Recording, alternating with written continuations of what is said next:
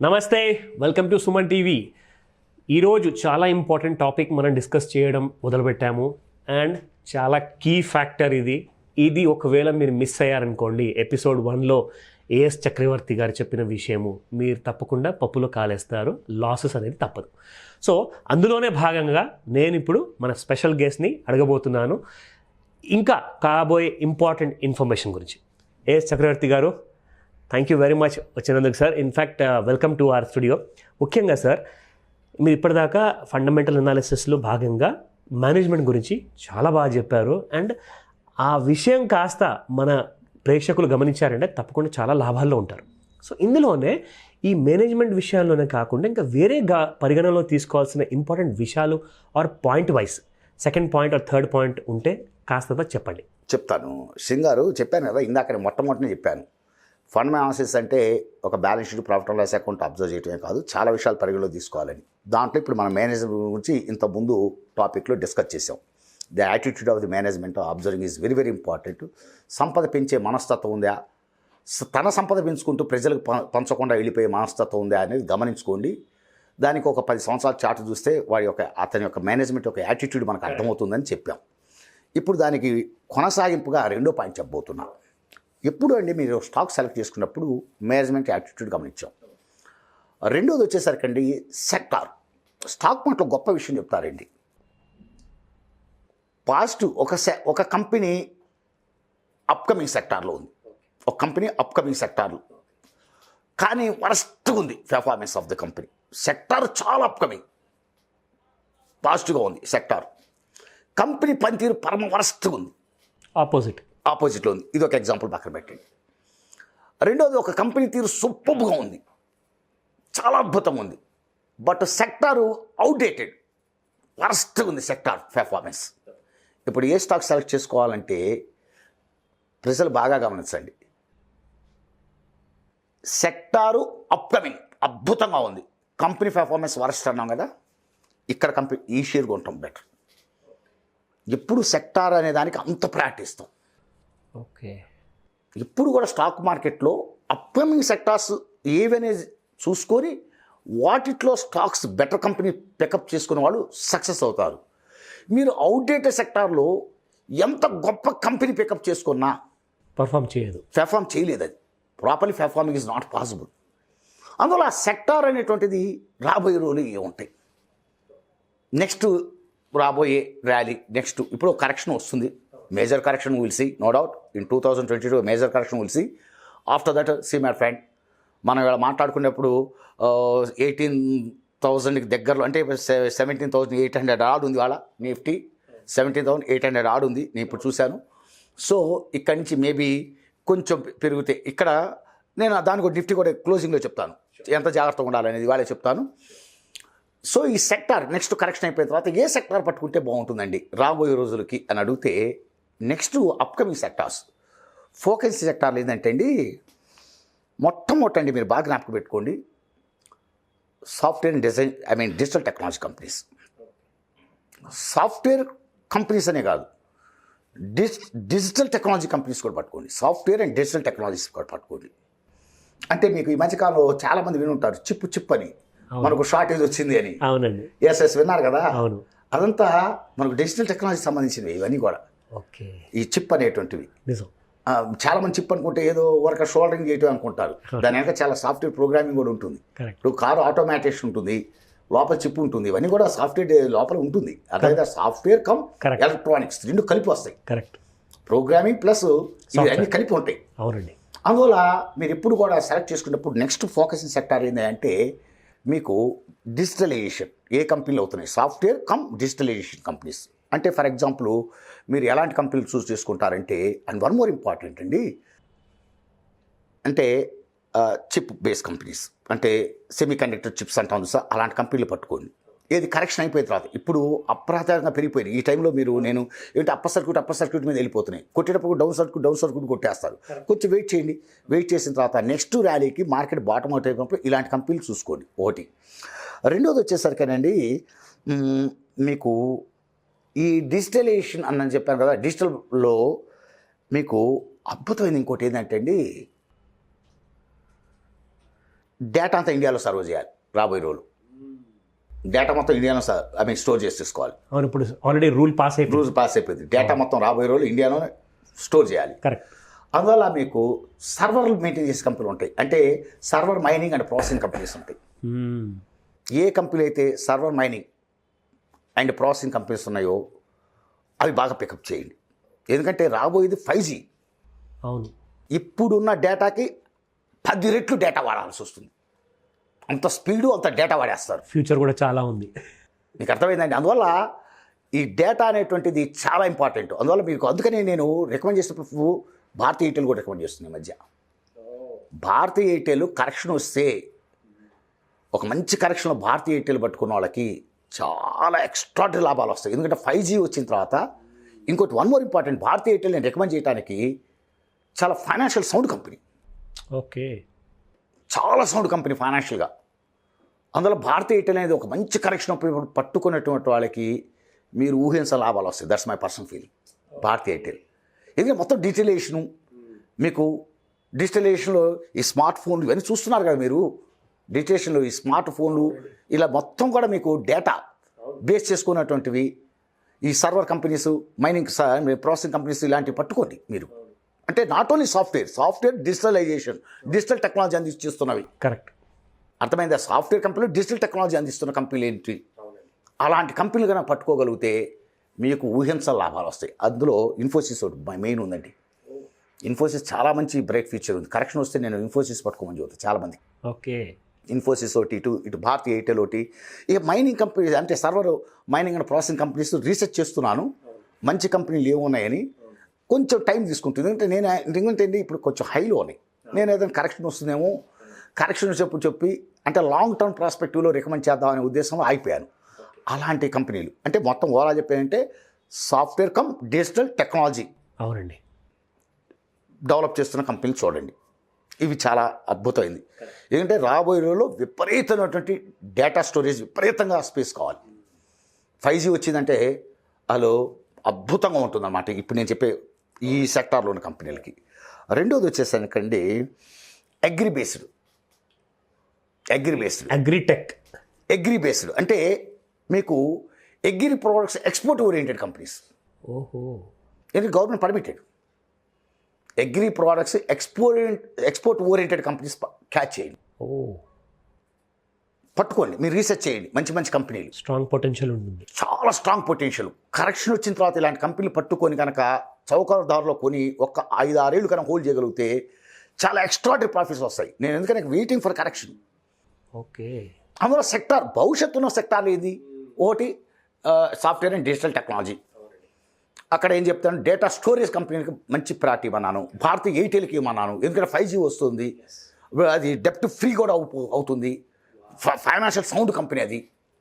అలాంటి కంపెనీలు data mining and processing companies storage companies వచ్చేసరికి ఇప్పుడే చాలా వస్తున్నాయి కొన్ని కంపెనీలు. సెమీ కండక్టర్లు, చిప్, ఇవన్నీ వీటిని కొంచెం మనం గమనించగలగాలి. అంటే పూర్తిగా వాటి గురించి అవగాహన లేకుండా ఏదో వెళ్ళిపోతున్న పెరుగుతున్నాయి కదా అని చెప్పకూడదు. కాస్త కరెక్ట్ అయిన తర్వాత అవి ఇదైన తర్వాత దాని గురించి ప్రాపర్ అవగాహన కలిగించుకొని ఏది బెస్ట్ కంపెనీ, ఏది కరెక్ట్ కాదు, ఆపర్ ఇందా చదువుతున్న మేనేజ్మెంట్ ఎవడు ఖచ్చితం ఎవడు కాదు చూసుకొని లాంగ్ రన్లో బేస్ చేసుకొని ఎస్ ఈ కంపెనీలు అప్రతిహతంగా పెరగబోతున్నాయి అని అప్పుడు మనం రికమెండ్ చేద్దాం. ఇంకో సీటింగ్లో కూర్చున్నప్పుడు ఓ కరెక్షన్ అయిపోయిన తర్వాత, సార్ మీరు అప్పుడు అన్నారు కదా ఏదో మంచి కంపెనీ ఒకటి చెప్పండి సార్ అంటే, ఈ కంపెనీలు మేనేజ్మెంట్ చాలా మంచిగా ఉందండి, ఆపరేషన్ స్టైల్ చాలా బాగుంది, నీట్గా ఉంది అని నేను చెప్తాను. ఏం కాలేదు, నేను మీరు ఒక పెద్ద అనలిస్టు, మీకు అర్థమైందా?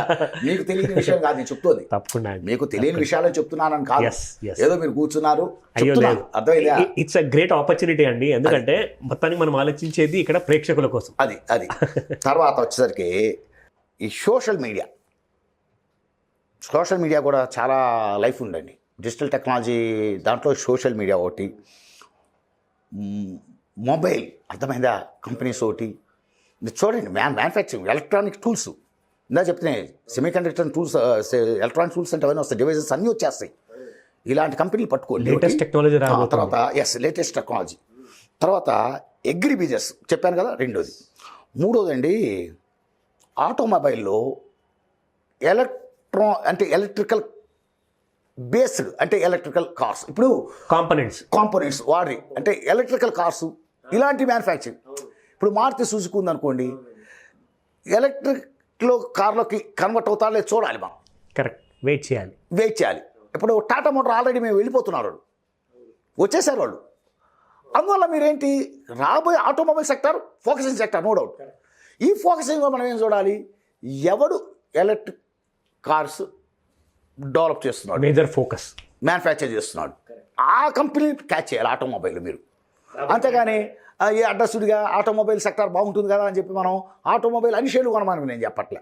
తర్వాత ఆటోమొబైల్ కంపెనీస్ ఉంటాయి, కరెక్టే చెప్పారు. యాన్సరీస్ కాంపోనెంట్స్ అండ్ యాన్సరీస్ కంపెనీస్ ఉంటాయి. దాంట్లో కూడా మీరు ఈ ఎలక్ట్రికల్ కంపెనీస్ మ్యానుఫ్యాక్చరింగ్కి కరెక్ట్ సూటబుల్గా ఏ కంపెనీస్ అయితే ఈ ఎలక్ట్రికల్ కాంపోనెంట్స్ అర్థమైందండి, పార్ట్స్, స్పేర్ పార్ట్స్, యాన్సరీస్ ఇస్తున్నారు, అలాంటి కంపెనీలు క్యాచ్ చేయి. దానికి ఫ్యూచర్ చాలా ఉంది. ఇంకా సింగర్ మీరు బాగా రీసెర్చ్ చేస్తున్నారు ఈ మధ్యకాలంలో, మీరు ఇది పాయింట్ పట్టుకొని తప్పకుండా అర్థమైంది. ఇప్పుడు నేను చెప్పింది నేను చెప్పారా, ఎలక్ట్రికల్ కంపెనీస్కి అవునండి కాంపోనెంట్స్ అర్థమైందా, ఆటో యాన్సరీస్ అంటాం. దాంట్లో ఆటో యాన్సరీస్ సెక్టార్లో ఇండస్ట్రీలో ఏవి కరెక్ట్గా ఈ ఎలక్ట్రికల్ కంపెనీలకి స్పేర్ పార్ట్స్ ప్రొడ్యూస్ చేసే కంపెనీ మేజర్ కంపెనీలు ఏమి ఉన్నాయి, ఇలాంటివి పట్టుకోండి. కరెక్షన్స్ ఇప్పుడు తెగబడతాయి. ఇంకో విచిత్రం ఏంటంటే ఆటో యాన్సరీ ఇండస్ట్రీ అంటే నాకు ఎందుకు ఇష్టం అని చెబుతారండి, మార్కెట్ కరెక్షన్ ఇప్పుడు తెగబడతాయి, పెరిగేటప్పుడు పెరగడం కూడా అట్లే పెరుగుతాయి. అవునండి, చాలా దారుణంగా మీరు కూర్చుంటాయి, చాలా స్పీడ్గా పడతాయి, చాలా స్పీడ్గా పెరుగుతుంటాయి. అవునండి, అందులో మీరు కరెక్షన్ అయిపోయిన తర్వాత అలాంటి కంపెనీలు పట్టుకొని ఎస్ అర్థమైందా, నేను రీసెర్చ్ చేస్తాను, మీరు రీసెర్చ్ చేసి తప్పకుండా మీకు ఏదో మంచి కంపెనీ దొరికితే నాకు ఫోన్ చేసి చక్రవర్తి గారు ఇది చూసానండి సూపర్గా ఉందండి షేర్ చేసుకోవచ్చు. షేర్ చేసుకోవచ్చు, ఇద్దరం opinion sharing and knowledge sharing is always welcome, no doubt. It's welcome. తర్వాత అండి steel sector and cement sector, ఎందుకంటే ఇండియన్ ఎకానమీ మీరు 5 ట్రిలియన్ ఎకానమీ రీచ్ అవ్వాలంటే ఇన్ఫ్రాస్ట్రక్చర్ డెవలప్మెంట్ లేకుండా 5 ట్రిలియన్ ఎకానమీ అసలు డ్రీమ్ చేయలేరు, డ్రీమ్ కుదరదు, అసలు కుదరదు. అందువల్ల అది జరగాలంటే సిమెంటు అండ్ స్టీల్కి ఖచ్చితంగా డిమాండ్ వస్తుంది. ఇన్ఫ్రాస్ట్రక్చర్ డెవలప్ చేయకుండా అసలు కుదరదు. 5 trillion economy reaching not possible, 100%. So అది రీచ్ అవ్వాలంటే ఇన్ఫ్రాస్ట్రక్చర్కి ఖచ్చితంగా కొన్ని వెసులుబాట్లు ఇవ్వాల్సిందే, 100% ఇవ్వాల్సిందే. అలాంటప్పుడు ఆటోమేటిక్ దానికి ఇంపాక్ట్ ఏంటి దేని మీద ఉంటుంది, స్టీల్ మీదను సిమెంట్ మీద ఉంటుంది. అందువల్ల ఈ సెక్టార్లో కంపెనీలు కొంచెం ఫోకసింగ్ చేయమని బ్రైట్ సెక్టర్ అండి మీరు చెప్పింది. ఎస్. తర్వాత వచ్చేసరికి వన్ మోర్ ఇంపార్టెంట్ అండి, నాకు ఇష్టమైన sector banking sector. No doubt. ఎందుకు banking sector is evergreen sector, మన ఇండియన్ ఎకానమీకి బ్యాక్ బోన్ అదే. తర్వాత అసలు బ్యాంకింగ్ సెక్టార్ అనేటువంటిది ఎప్పుడు ఎవర్ గ్రీన్ అండి, ఓకే, ఏ టైంలో అయినా. అందుకే బ్యాంకింగ్ స్టాక్స్ ఎప్పుడైనా కరెక్షన్ అయినప్పుడు కొనుక్కోమని చెబుతా. కాస్త మంచి బ్యాంకులు, ప్రైవేట్ బ్యాంకులు చూసుకొని, మంచి బ్యాంకులు, ప్రైవేట్ బ్యాంకులు చూసుకొని బాగా తక్కువలో ఉన్నాయని చూసి కనుక కొనుక్కుంటే ఊహించని డబ్బులు వస్తాయి.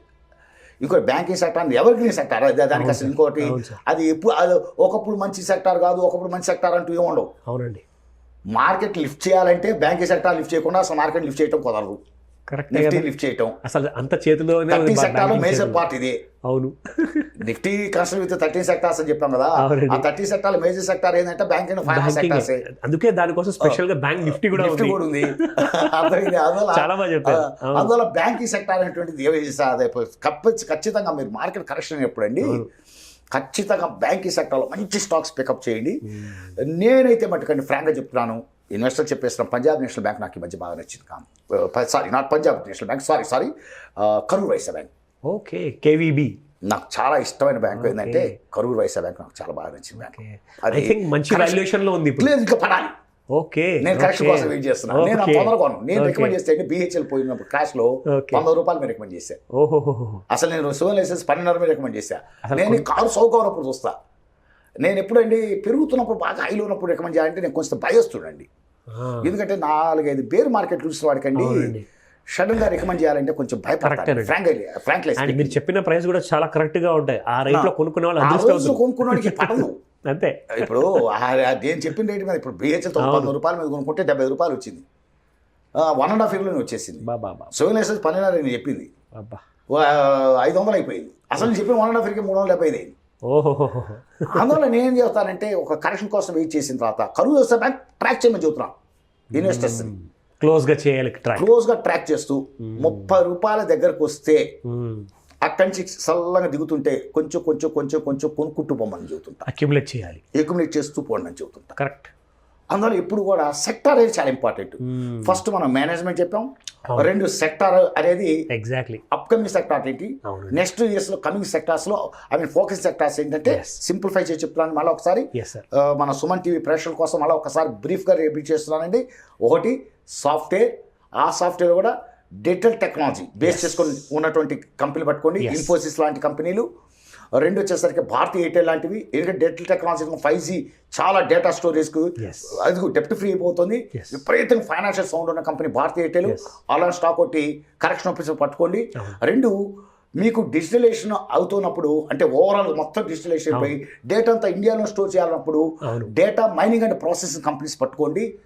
ఇది అంత ఒక సెక్టార్ కింద చెప్పాను. రెండోది అగ్రి బిజినెస్ వచ్చేసరికి మీకు ఒకటి ఏం చెప్పానంటే ఇందాక agri products export oriented company చెప్పాను. రెండు, ఇథనాల్, షుగర్లో ఇథనాల్ చూడండి, షుగర్లో ఇథనాల్ చూడండి. ఇందా నేను మర్చిపోయాను, ఇప్పుడు చెప్తున్నాను. షుగర్లో ఇథనాల్ కొంచెం కరెక్షన్ వచ్చిన తర్వాత చూడండి. ఇప్పుడు మొన్న మా ఫ్రెండ్ అడిగాడు ఎట్లా ఉంది చూడండి ఆ చార్ట్ అంటే అద్భుతంగా పెరుగుతుందని చెప్పి బలరాం కూర్చింది. అసలు వెంటనే ఫోన్ చేసి సారు 33% పెరిగిందండి జస్ట్ లాస్ట్ 10 daysలోనే అన్నాడు. ఎక్స్ట్రాడనరీ పెరిగిపోయింది. అయితే ఇప్పుడు కొనమని నేను చెప్పను, మొన్న ఒక బ్రేక్అవుట్ తీసేటప్పుడు చెప్పాం, బ్రేక్అవుట్ తీయబోతున్నప్పుడు చెప్పాను 33% పెరిగింది. ఇప్పుడు ఏం చదువుతాను, కరెక్షన్స్ కోసం వెయిట్ చేయండి. ఈ ఇథనాల్ కంపెనీలు అర్థమైనా షుగర్ ఇథనాల్ బేస్ కంపెనీస్ చూసుకొని కొనుక్కోండి. ఇది ఒకటి చెప్తున్నారు. ఇక మూడు, ఆటోమొబైల్ ఎలక్ట్రికల్, ఆటోమొబైల్ మామూలు కాదు, ఇవి కాంపోనెంట్స్ ప్లస్ దాంట్లో ఆటో యాక్సరీస్ దాంట్లో కాంపోనెంట్స్లో అవి ఎలక్ట్రానిక్ కార్స్కి ఇది చేసుకొని వెళ్తున్న కంపెనీ, అలాంటివి చూడమని చెప్పాను. తర్వాత ఆటోమొబైల్ కంపెనీలు అంటే టాటా మోటార్, అది అటు కన్వర్ట్ అయింది కాబట్టి అదొకటి చెప్పాను. తర్వాత స్టీల్ అండ్ సిమెంట్ సెక్టార్ ఎప్పుడు ఫోకసింగ్ సెక్టార్, మీకు 5 trillion ఎకానమీ అవ్వాలంటే. మూడోది చెప్పాను బ్యాంకింగ్ కంపెనీస్, దాంట్లో Karur Vysya bank my favourite bank. Coming days అది కరెక్షన్ అయిన తర్వాత కొనుక్కోమని చెప్తున్నాను. 30 కిందకు వస్తే కొనండి, 30 కిందకు వెళ్తుంటే అక్యుములేట్ చేసుకోవడం చెప్తున్నాను. It was a very enlightening session మీతో. అండ్ అసలు సమయం గురించి అసలు తెలియనే లేదు, బికాస్ పాయింట్స్ అంతా ఇంపార్టెంట్ పాయింట్స్ అండి. అసలు కళ్ళు మూసుకొని వీటిని ఫాలో అయితే చాలా మంది లాభపడతారు. Thank you sir.